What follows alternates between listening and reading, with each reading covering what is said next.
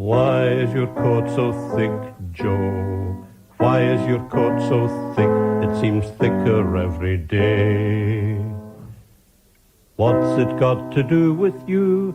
That's the way I like my coat. My coats have always been thick. What's the material called, Joe? You told me yesterday, but I forgot. I've forgotten too. But I'll tell you the colour, it's a darkish blue. Oh, don't go on, the colour's grey, it's only the light from the street. Do let's go for a walk, Joe. I'd like to stretch my feet. Why is your coat so thick, Joe? Why is your coat so thick? It seems thicker every day.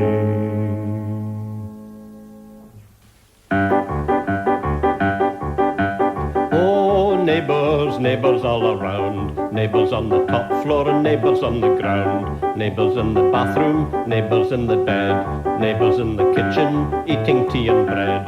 Oh, neighbours, neighbours all around. Neighbours on the top floor and neighbours on the ground. See him make tomato soup, see her gulp it down. Fling her berry on her head and cycle into town.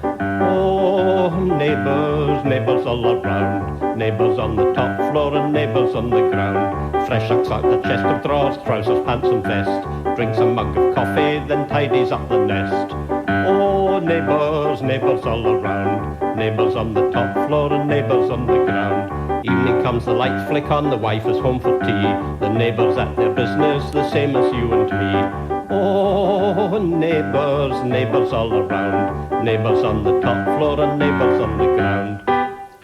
On the road I go, neither above nor below. On the road I go. People hurtle to the side, scared I will give them a dunt. People cower against the walls, eyes shut tight. Suddenly I turn and go home, sighs of relief all round.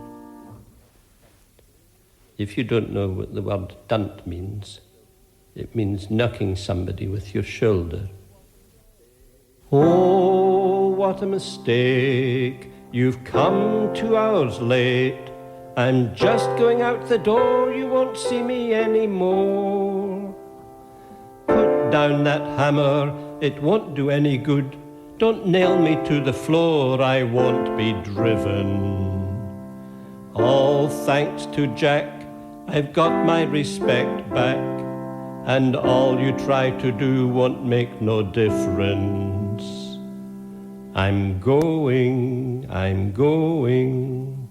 Toodaloo. Glasgow Dreamer, episode 10. Glasgow, Glasgow, where are you? 179 from Elgin. My big brother is a great storyteller. His best story is the one he told us when I was 4. His teacher had a pisher 50 yards long and was obliged to wrap it round his waist. One day, on his way home from school, he tripped, fell down a stank into the sewers and was covered in cack and pish. That's the story. He managed to spin it out to maybe half a minute, plus screams of laughter. We made him repeat it several times till our mother came in and told us to shut up and go to sleep. Today, his stories have become more sophisticated. He is too wise to try to repeat his early success. Glasgow, Glasgow, where are you? 76 from St. Andrews. The following. I walked into the bedroom and there were 10 children standing quite still on the bed, hands and faces clean like Italian religious pictures. They rose slowly and went through the ceiling like organ pipes. Bless them, I thought, always up to something, and returned to my singer, where I was fixing some fresh lace to my violet strapless bra for a wedding I was going to the following Thursday. Squares and exit. I cycle round England giving demonstration talks in villages. I produce 6 squares of cloth, wild silk, velvet, long staple Sea Island cotton, shantung, lawn, and Harris tweed. And the villagers climb onto the stage and run them through their fingers while the rest watch. They flush, then get very excited. Fights break out. I grab my squares and exit, jump upon my steed and pedal off like mad. The screams can be heard for miles. I'm starting in Scotland next week. They'll murder one another. I know what it's like there.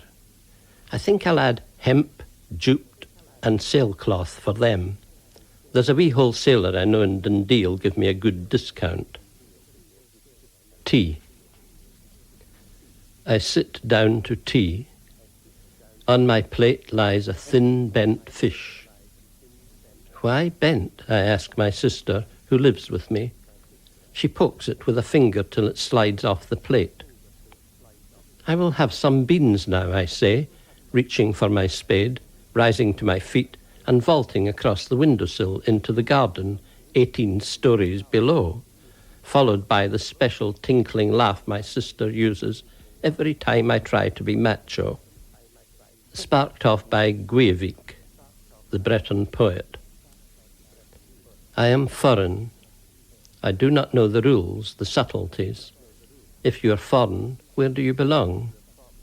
I have thought about it. I do not belong to any country. One day, an officer will take me into a field with some large stones rising up. Here, the officer will say, pressing my thick continental shoes, is where you belong, and pressing my hand will walk away. No one comes to the field. I rub the plaque off my teeth onto a boulder. I jump successfully from boulder to boulder, no matter the length. I leap into the air as high as I choose. I eat owls, twist their heads off like continental light bulbs. Every fortnight I change my 8 books at the travelling library as it slowly skirts the field. All the surrounding fields are peopled by aliens, living much as I do, and the sight of hundreds of foreigners leaping miles into a red sunset brings such a lump to my soft white throat that at such times I'm often mistaken for a man. Horse. In the middle of the room stands a horse. He is embarrassed, so he shits on the carpet. He has been given a glass of whiskey to relax him. The noise of trade conversation is deafening and inimical. He is in advertising and has to take the bad with the good. Burying his head in a trough of crisps, he brings conversation to a halt. Episode 7. Glasgow, Glasgow, where are you? 172 from Kyle of Lochalsh. We walked to Maxwell Park Pond. Father had heard that the pond was frozen. Our white breath bumped against our faces, and if you breathed into your scarf, it got wet. By the time the park railings showed up, dusk was falling. We ran onto the ice. I wonder how deep the water is. A useful space was found between the ice and the edge, and, like a 2.5-year-old scientist, I lowered my left leg in to see how far it would disappear. But I had not reckoned the degree of concern which my right leg would show. Bereft, it followed the left to see where it had gone, and in a few seconds, hardly worth the counting, I was happily ensconced below the ice, looking peacefully through it at the dark grey sky. A magic moment. Alas, I was grasped roughly like a fish and hauled ashore. Then, having ascertained that I was alive and therefore still worth their concern, I was carried at full speed to a distant relation nearby and given a hot bath and chocolates out of a big tin. Actually, I drowned and moved on to the next universe to continue my existence, leaving my body behind, a tiny frozen corpse, to the crocodile tears of my nearest and dearest. That's what really happens when you die. Glasgow, Glasgow, where are you? 111 from Braemar.